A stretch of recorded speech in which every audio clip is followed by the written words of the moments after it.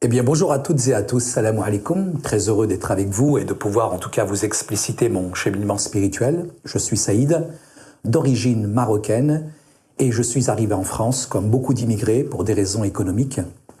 Et tout petit, pour préserver, pour garder mon identité, j'ai pratiqué ma religion avec force, avec conviction.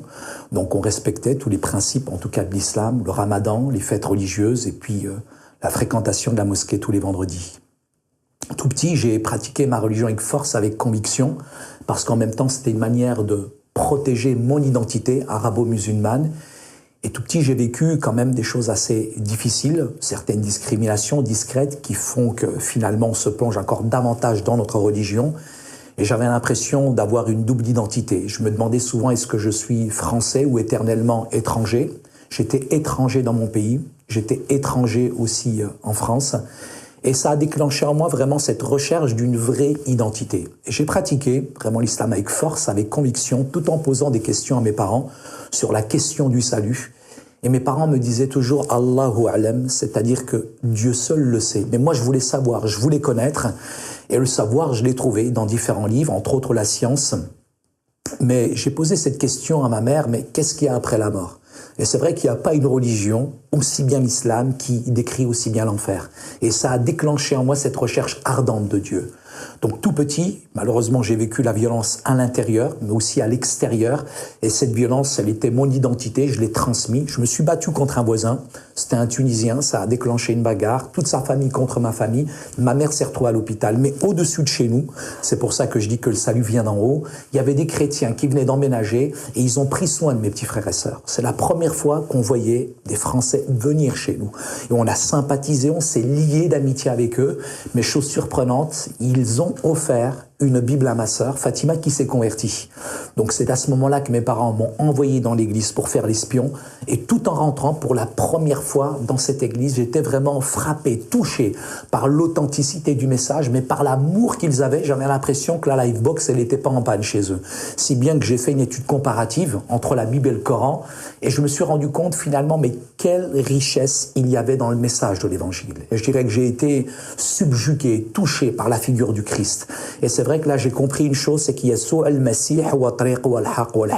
j'ai réellement réalisé que Jésus, il était le chemin, qu'il était la vérité, qu'il était la vie. J'avais 14 ans quand j'ai fait cette expérience bouleversante qui m'a marqué. Je suis retourné chez mes parents. Et en retournant chez mes parents, bien sûr, c'est la religion qui prend le dessus. Donc je suis malheureusement passé par des étapes qui étaient difficiles. Quand on habite un quartier assez difficile, les fréquentations finalement nous éloignent de Dieu, des choses de Dieu.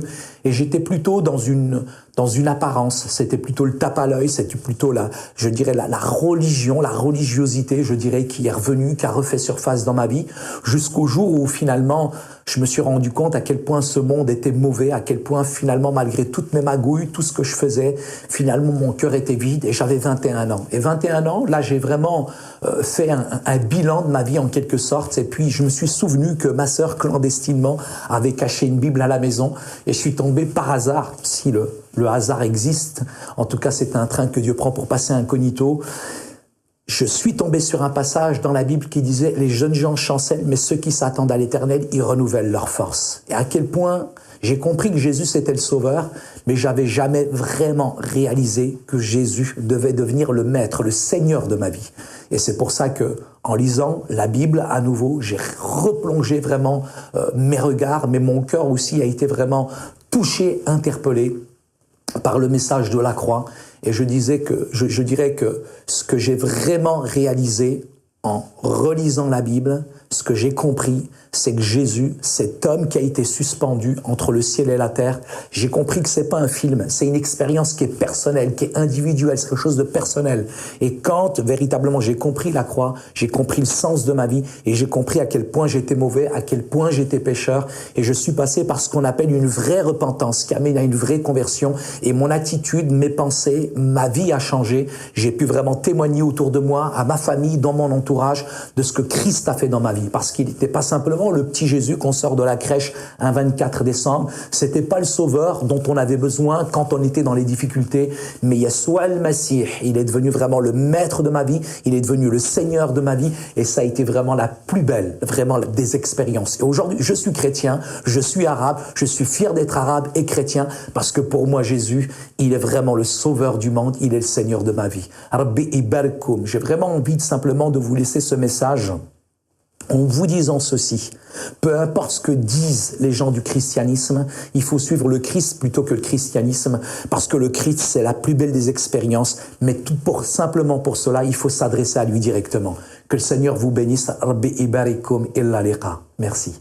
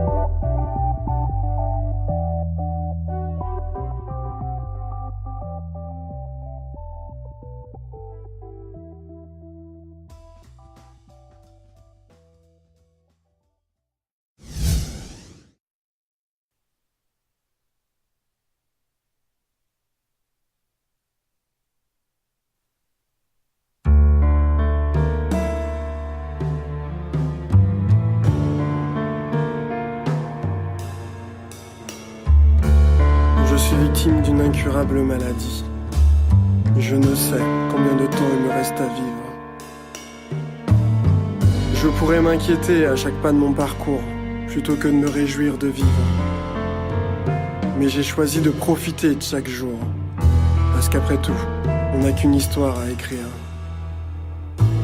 Alors j'ai suivi ceux qui m'ont dit « Tant qu'il y a de la vie, il y a de l'espoir ». Mais je crois bien qu'on m'a pris pour une poire, et ce n'est pas la vie qui m'a contredit. Quand j'ai voulu pour demain un peu d'entrain, je me suis fait botter l'arrière-train. Tout ce qu'on m'a proposé, c'est un rêve d'errance, à l'arrière-goût de dépendance ou de d'espérance. Moi, ce que je veux, c'est vivre. Pourquoi ferais-je le choix de me détruire ? C'est alors que l'on m'a dit « L'espoir fait vivre, mon ami ». J'ai donc espéré un monde meilleur, un monde sans tristesse et sans malheur. J'ai espéré un monde heureux, un monde sans misère et sans affreux. Et j'ai espéré intensément, mais ça n'a duré qu'un temps seulement. Jusqu'à ce que j'en arrive à la conclusion que cette course aux espoirs n'est qu'illusion. Parce qu'elle nous laisse poireauter peinard, attendant sans rien faire que tout arrive, nos espoirs ne deviennent que des espoirs. N'en vivant aucun, ils nous laissent à la dérive. Moi qui voulais vivre sans m'inquiéter, profiter de chaque jour, hiver comme été, je n'avais plus la force d'avancer. Et j'ai senti mon cœur cesser de battre. C'est alors qu'a rejailli de l'intérieur une parole remontant de mon enfance. Dieu a pour toi des projets de paix et non de malheur, afin que tu aies un avenir et une espérance. Et j'ai senti à nouveau mon cœur battre. Je n'ai plus qu'une raison de m'abattre. Je peux marcher avec la ferme assurance que ma foi peut faire toute la différence. Que ni la mort, ni la vie, ni les hauteurs, ni les profondeurs, ni mes amis, ni mes ennemis, ni la douleur, ni la terreur, non, rien ne me séparera de l'amour de Dieu. Mais pas parce que je m'y accroche, ni parce que je suis sans reproche, mais parce que lui, c'est être proche. Je suis victime d'une incurable maladie. Je ne sais combien de temps il me reste à vivre. Je suis atteint de la vie. Je suis un homme et un jour, je dois mourir. Mais mon avenir est désormais tracé, avec son amour pour m'accompagner. Et chaque jour, je peux annoncer cette espérance comme une réalité.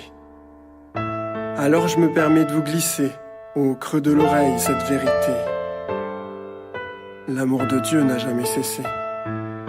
Il ne tient qu'à vous d'en profiter.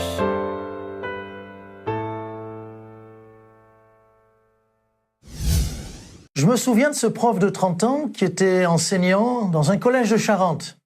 Je ne sais pas si tu t'en rappelles. Il avait fait plancher ses élèves de 14-15 ans sur un thème, le suicide. Et le sujet de la rédac, c'était celui-ci. Vous venez d'avoir 18 ans, vous avez décidé d'en finir avec la vie, donnez les raisons de votre geste. Les parents furent révoltés. Le rectorat fut averti et la presse fut saisie du scandale. L'affaire éclata quelques semaines plus tard, en décembre 2012. Moi, je prendrai le contre-pied de ce prof. Je ne vais pas te parler de mort ni de suicide, je veux te parler de la vraie vie. Je veux te faire réfléchir, te donner envie d'être en vie. Oui, te donner envie d'être en vie, de connaître la vraie vie et le prince de la vie. Ton existence est une pleine contradiction. Tu es tiraillé. D'un côté, tu as une vie passionnante, tu le sais, tu veux y mordre à pleines dents et tu as raison de vouloir vivre ta vie. Parce qu'au fond de ton cœur, il y a une espérance formidable. C'est le propre de la jeunesse. Tu as une envie incroyable de vivre à donf, comme tu dis. Une vie en majuscule, tu veux réussir. Alors peut-être que tu te fonces, tu te lances dans les études d'un travail acharné, tu bosses comme un malade. Ou bien, tu te lances dans une quête de plaisir incontrôlée, tu veux faire la fête. Mais ces plaisirs te dépassent, te font peur. Parfois, ils sont malsains, tu le sais. Quand hélas l'alcool, la drogue viennent t'aider avec tes copains, tu n'es pas fier. Alors à toi, je pose cette question. La réussite ou les plaisirs, est-ce là le vrai sens de la vie ? D'un autre côté, tu connais des frustrations, tu as tes peurs personnelles, peur de l'échec, peur du rejet, peur d'être seul, l'ennui ou même la dépression. Tu es jeune et tu as déjà envie d'abandonner. Tu es jeune et tu n'as plus la force de te battre. Peut-être même réfléchis-tu sur le sens de l'existence, un peu comme ce personnage de Camus, l'étranger. Et tu te demandes si la vie vaut la peine d'être vécue. Alors en toi se mêlent la mort, la vie, selon que tu traverses des circonstances, des difficultés et même selon tes choix. Tu me fais penser à cette jeune fille. Elle habitait Denain, une ville du nord de la France. Oh, il y a des années de cela. Elle fut conduite un soir par ses parents à l'hôpital, suite à un geste de désespoir. Elle criait dans les couloirs « Je ne veux pas mourir, je ne veux pas mourir !» Elle avait bu beaucoup d'alcool, et puis étant entrée dans la chambre de sa mère, elle avait pris sur sa table de nuit un tube de somnifère puissant. Elle voulait en finir avec la vie d'un côté, et en même temps, elle criait son désir d'aspirer à vivre. Toi, cher jeune, tu as tant de choses encore à accomplir, tu as tant de choses à donner ou à recevoir. Ta vie est trop précieuse, elle est même unique pour que tu la gaspilles comme ça. Tu ne sais pas comment la vivre, comment la réussir. Eh bien, déjà, sois sincère. Tu n'arrives pas toujours à faire le bien, pas vrai? Tu cèdes trop souvent au mal que tu ne veux pas faire. Et tu me fais penser à cet homme dans la Bible qui avoue un jour d'une manière désespérée ses luttes intérieures, ses défaites, ses souffrances. Il dit « Je ne fais pas le bien que je veux faire ». Et il ajoute « Et le mal que je ne veux pas faire, je le fais. Misérable que je suis, qui me délivrera ?» Et toi, tu te sens pareil, faible, misérable. Veux-tu recevoir ce pouvoir de dire non au mal? Parce qu'il existe. Non à la tentation, et ça existe. Mais alors tu me dis, vers qui me tourner? Qui appeler à l'aide? Qui changera ma vie? Qui? Eh bien, laisse-moi te présenter celui qui changea ma vie quand j'avais ton âge. Et au cours de mon ministère de pasteur, j'ai vu d'autres jeunes, de nombreux jeunes comme toi, rencontrer Jésus. Ils ont été bouleversés, transformés, ils ont entendu une invitation de Jésus. Jésus te dit, entre par la porte étroite, car large est la porte, spacieux est le chemin qui mène à la perdition, et il y en a beaucoup qui entrent par là. Mais étroite est la porte, resserré le chemin qui mène à la vie, et il y en a peu qui les trouvent. C'est ce qu'il dit dans l'évangile de Matthieu. Alors donc, Jésus parle de deux éléments familiers pour accéder à la vie. Deux éléments qui pour nous sont évidents, une porte et un chemin. La porte, il y a des multitudes de portes. Il y a la porte de la prison, celle-là elle est toujours fermée, hélas. Il y a des portes privées, réservées à quelques-uns, à une élite, fermées encore. Il y a des portes condamnées, et elles sont bien sûr fermées, toujours fermées. Mais Jésus parle d'une porte large, spacieuse, où tu te retrouves avec tous les copains, c'est celle qu'on choisit parce qu'elle est facile. Mais un jour, parce que cette porte est ouverte, un jour, on regrette d'avoir franchi le seuil de cette porte large. Et puis Jésus parle de quelque chose qui peut passer inaperçu. Une porte étroite, petite, resserrée, mais elle mène sur le chemin de la vie. Elle est étroite parce qu'il faut s'abaisser pour pouvoir l'emprunter. Tu ne peux pas venir comme un orgueilleux. Tu vas heurter ton front, tu ne pourras pas passer. Et Jésus lui-même se compare à cette porte. Il dit « Je suis la porte » dans l'évangile de Jean. Alors viens,